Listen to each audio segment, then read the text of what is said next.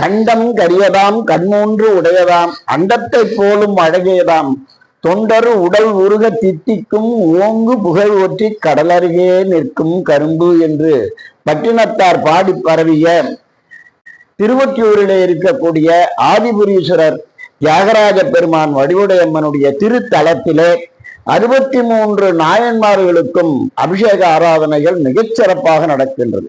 அதில் வைகாசி மூலத்தன்று என்ன சிறப்பு என்றால், திருஞான சம்பந்த பெருமானையும் திருஞான சம்பந்தரோடு உடன் பக்தி பணியாற்றிய அந்த திருநீலகண்ட யாழ்ப்பாணர் என்கின்ற அவருடைய குருபூசை திருநாளும், திருநீலகண்டருடைய யாழ்ப்பாணருடைய இசையோடு சேர்ந்து திருநீல நக்க நாயனார் என்ற ஒரு அடியவர் அயவந்தியில இருந்தார், திரு சாத்தமங்கையிலே.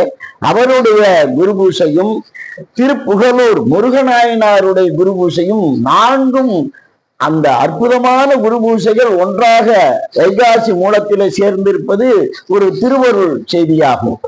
திருஞான சம்பந்த பெருமான் யார் என்று சேக்கிழார் 12ஆம் நூற்றாண்டிலே மிகச் சிறப்பாக அடியார்களுடைய வரலாறை எழுதுகின்ற பொழுது எழுதுகின்றார். வேத நெறி தடைத்தோங்க மிகு சைவ துறை விளங்க பூத பரம்பரை பொழிய சீத வள வயல் புகழூர் திருஞான சம்பந்தர் பாத மலர் தொழுது திருத்தொண்டு பரவுவாம் என்பது திருஞான சம்பந்த பெருமானுடைய புராணத்திலே முதல் பாடலாக சேக்கிழார் எழுதுகிறார்.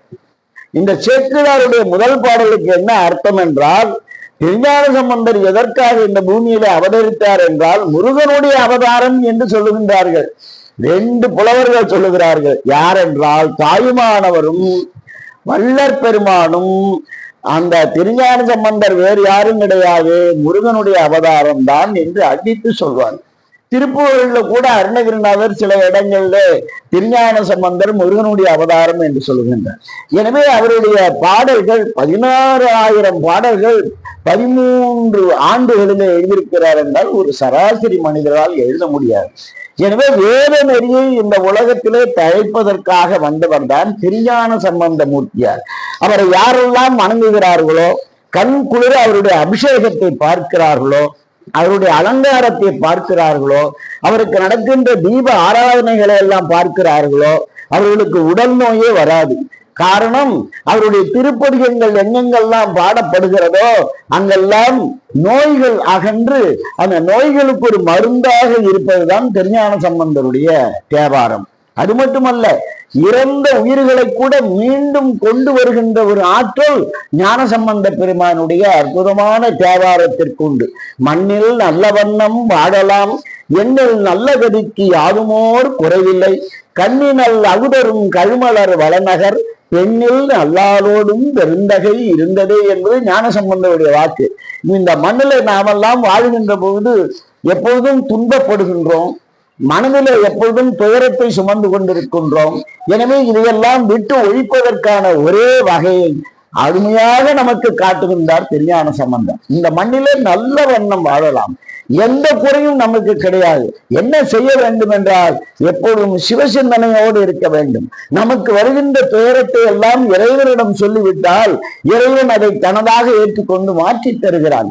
இந்த 25 வகையான அற்புதங்களை செய்து காட்டி இருக்கின்றார் ஞான சம்பந்த பெருமான். முதலிலே அவருடைய பிறப்பே ஒரு அற்புதம். கவுனியர் கோத்திரத்திலே சீர்காழியிலே சிவபாத இதயர்க்கும் பகவதி அம்மையாருக்கும் அந்த சிவ ஞான கன்றாக அவதாரம் செய்கின்றார்.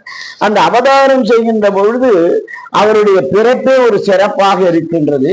3 வயதிலே தன்னுடைய தந்தையாரோடு சிவபாத இதயர் குளத்தில மூழ்கி குளிக்கின்ற பொழுது அகமர்ஷண மந்திரம் என்று ஒரு மந்திரத்தை சொல்லுவார். அதாவது குளிப்பதற்கு கூட நம்முடைய சனாதன தர்மத்திலே மந்திரங்கள் சொல்லி இருக்காங்க. அந்த மந்திரத்தை சொல்லி குளித்தால்தான் அதற்கு விசேஷம் இருக்கும். அதுபோல அந்த அகமர்ஷண மந்திரத்தை சொல்லி தந்தையார் மூழ்கி குளிக்கின்ற பொழுது தந்தையாரை காணவில்லையே என்று குழந்தை அழுகின்ற பொழுது அந்த குழந்தையினுடைய பசியை தீர்ப்பதற்காக அங்க இருக்கக்கூடிய தோணி அப்பர் அந்த பொற்கிண்ணத்திலே ஞானப்பாலை உமாதேவியாரை கொண்டு கொடுக்க சொல்லுகின்றார். பொற்கிண்ணத்திலே அந்த திருப்பெருகு சிவஞானம் என்று சொல்லுகின்றார். அந்த திகழ் வள்ளத்திலே சின்ன அந்த பொற்கிண்ணத்திலே கொண்டு வந்து உமாதேவியார் அந்த ஞானப்பாலை ஊட்டிய உடனே அது சிவஞானம் பெறுகின்றார். அது சாதாரண பால் அல்ல, எல்லாருக்கும் கிடைப்பதல்ல. எனவே தவ நெறி முதல்வர் என்று சொல்லுகின்றார். பல பிறவைகள் தோறும் அந்த புண்ணியம் செய்தவர் தான் திருஞான சம்பந்தர். நாம் ஒருமைக்கண் தான் கற்ற கல்வி எழுமையும் ஏமாப்புடைத்து என்று 7 பிறவிகள் உண்டு என்பதை வள்ளுவர் சொல்லுவார். அதுபோல நமக்கு பல பிறவிகள் இருக்கு. போன பிறவியில செய்த புண்ணியம் பாவமும் இந்த பிறவியில நம்மை தொடர்கின்றன. ஞான சம்பந்தருக்கு இதுதான் கடைசி பிறவி. இந்த நல்லூர் திருமணத்திலே சிவஞான ஜோதியிலே திருமணத்திலே சிவனோடு ஐக்கியமாகின்றார். எனவே பல பிறவிகள் தோறும் செய்கின்ற புண்ணிய பயத்தினாலே அவருக்கு அந்த ஞானப்பால் கிடைக்கிறது. கிடைத்த உடனே அவருடைய உடல் உள்ளம் ஆன்மா எல்லாம் பக்குவப்பட்டு இறைத்தன்மை பெறுகிறார். இப்ப நாமெல்லாம் சடத்தன்மையோடு இருக்கின்றோம். நாமெல்லாம் அந்த சடை உடம்பாக இருக்கின்றோம். ஆனால் ஞானம் பெற்றவர் அவர், ஞானத்தோடு சம்பந்தம் ஆனவர். இப்ப நமக்கெல்லாம் ஞானத்துக்கும் நமக்கும் சம்பந்தமே கிடையாது. ஆனால் ஞானத்தோடு சம்பந்தம் உடையவர். ஞானம் என்பது என்ன? இறைவனை அறிவது. இப்ப நாம் வைத்திருப்பதெல்லாம் சாதாரண உலகத்தை தெரிந்து கொள்கின்ற அறிவு. இந்த அறிவு என்பது நாலெட்ஜ். இந்த நாலெட்ஜால உலகத்தினுடைய எல்லையை தாண்ட முடியாது. நாசாவால் மேல போக முடியாது.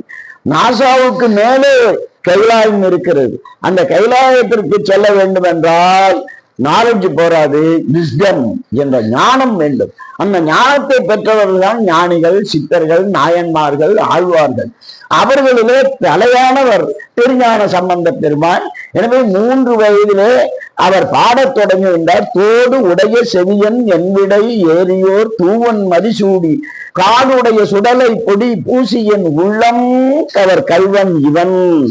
தனக்கு யார் அந்த ஞானப்பால் கொடுத்தார் என்று தந்தையார் கேட்கின்ற பொழுது இவர்தான் என்று தோணியப்பரை கைகாட்டுகின்ற பொழுது அழகிய தமிழ் பாடல் அங்கே விழுகிறது. எப்படி திருக்குற்றாலத்திலே அருவியிலே தண்ணீர் விழுமோ அப்படி தமிழ் விழுகிறது. எனவே தமிழ்ஞான சம்பந்தன் என்று அழகாக சொல்லுவார். அதுபோல அந்த தமிழ் அழகாக பாடி தோடு உடைய செவியன் என்பது 3 வயது குழந்தை எங்கேயாவது பாட முடியுமா? ஞானம் இருந்தால் பாடும். அப்படிப்பட்ட ஞான குழந்தை பாடிய உடனே கைத்தாளம் இட்டுக்கொண்டு ஒவ்வொரு ஆலயமாக சென்று பாடுகின்றது. பிடியதன் உருவமை கிளம்பி கரியது வழிகொடு தனதடி வழிபடும் அவரிடர் கடிகணபதி வர அருளின மிகு கொடை வடிவின பயில்வரும் வளமுறை இறைவே என்று பாடுகின்ற பொழுது கையில தாளம் போட்டு கை சிவந்து விடுகிறது. இறைவன் பார்க்கிறான், சிவபெருமான் இந்த பிஞ்சு குழந்தையினுடைய பொன்னான கரங்கள் எல்லாம் தாளம் போட்டு சிவந்து விட்டனவே பொன் தாளம் கொடுக்க வேண்டும், பொற்றாளம் என்று திருக்கோலக்காவிலே பொற்றாளம் கொடுக்கின்றார் அந்த 3 வயது குழந்தைக்கு. அவருடைய அந்த ஆன்மீக பயணம் தொடர்கிறது. தனக்கென்று வாழாதவர்கள் தான் ஞானிகள். இப்ப நாமெல்லாம் நமக்காக வீடு குடும்பம் இதெல்லாம் வைத்துக் கொண்டு உறவுகளோடு உறவாடி கொண்டு நாம் வாழ்கிறோம். ஆனால் ஞானிகள் சித்தர்கள் என்பவர்கள் உலகத்துக்காக வாழ்பவர்கள். எல்லோரும் இன்புற்று இருக்க நினைப்பதுவே அல்லாமல் வேறு ஒன்று அறியேன் பராபரமே என்றார் தாயுமானவர். அப்படி ஞானசம்பந்த பெருமான் ஞானம் பெற்ற உடனே வீட்டுக்குள்ளே அவரை பூட்டு வைக்க முடியவில்லை.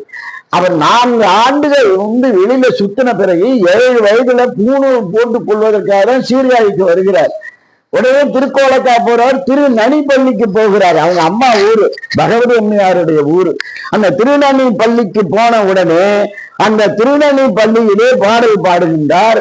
அந்த திருநனி பள்ளியிலே பாடல் பாடிய உடனே அந்த ஊரிலே மழை வருகிறது. அந்த சிறப்புகளை அந்த ஊருக்கு என்னென்ன குறை இருக்கிறதோ அந்த குறையெல்லாம் தீர்ந்து விடுகிறது. அப்படி ஒவ்வொரு ஊருக்கும் சென்று கொண்டே இருக்கின்றார். திருநனி பள்ளிக்கு போன உடனே ஒவ்வொரு ஊராக அடியார்கள் எல்லாம் சேர்ந்து விடுகிறார்கள். அப்போதுதான் திருநீலகண்ட யாழ்ப்பாணர் சேருகிறார். மதங்க சூழாமன் பாணர் என்பவர் குலத்திலேயே அதாவது பண் வாசிக்கின்றவர்கள் பாணர்கள். யாழ் என்பது வீணை கிடையாது. அந்த காலத்துல யாழ் தான் முதலில் இருந்தது, அப்புறம் வீணை வந்தது. எனவே இன்னிசை வீணையர் யாழினர் ஒருபால் என்று மாணிக்க வாசகர் திருவெம்பாவில பாடுவார். அப்படி இந்த யாழை எடுத்துக்கொண்டு மீட்டுகின்ற பரம்பரையை சார்ந்தவர் பாணர். அது இறைவனை பாடுகின்றவர் பெரும்பாணர். எனவே மற்றவரிடம் பாடு காசு வாங்குகிறவர் சிறுபாணர். எனவே இவர் பெரும்பாடர். அவருடைய மனைவியும் பாடுவாங்க, அவங்களும் யாரு சேர்ப்பாங்க, மதங்க சூளாமணி. 2 பேரும் ஞானசம்பந்தரோடு சேர்ந்து ஒவ்வொரு ஊராக சென்று பாடுகிறார்கள். இதுல சிறப்பு என்னவென்றால், அந்த ஊர்ல என்ன குறையோ, உதாரணமாக திருமருகல்ல போகிறார், பாம்பு கடித்து இறந்து விடுகிறான், பாடல் பாடி அந்த பிணமகனை மணமகனாக எழுப்புகிறார். அதுபோல திருமயிலைக்கு வருகின்றார், திருமயில பூம்பாவை என்ற ஒரு பெண்ணை சாம்பலாக்கி வைத்திருக்கிறார்கள். அங்கே பாடல் பாடி சாம்பலை ஒரு மனித உருவிலே ஒரு அழகான பருவ பெண்ணாக தமிழ் பாடலாலே உயிர் கொடுக்கின்றார். அப்படி ஒவ்வொரு ஊருக்கும் சென்று அந்த ஊரிலே என்ன குறையோ அதை தீர்த்து வைக்கின்றார். இறைவன் அவர் என்னென்ன கேட்கிறாரோ அதையும் கொடுப்பார்.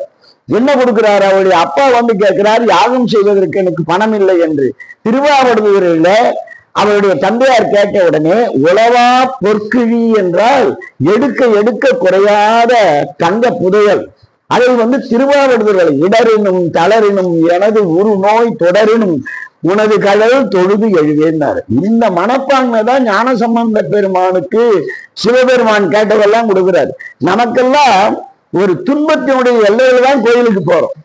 ஆனால் அவர்கள் இடர் வந்தாலும் இன்பம் வந்தாலும் எது வந்தாலும் இறைவனிடம் தான். இடரினும் தளரினும் எனது உயிர் நோய், அதாவது நான் எப்படி இருந்தாலும் உன்னதான் தொழுவேன், இதுவோ எமை ஆளும் ஆறு.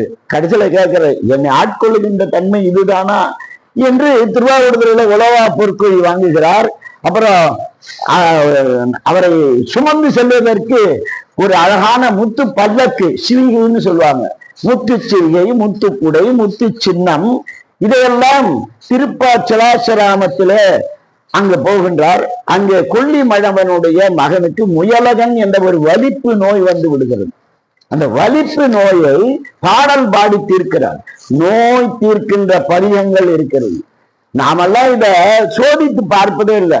ஒரு நோய் வந்தால் உடனே இறைவனுடைய பெயரால் மாற்றுகின்ற ஆற்றல் மிக்க பாடல்கள் நம்மிடம் இருக்கிறது.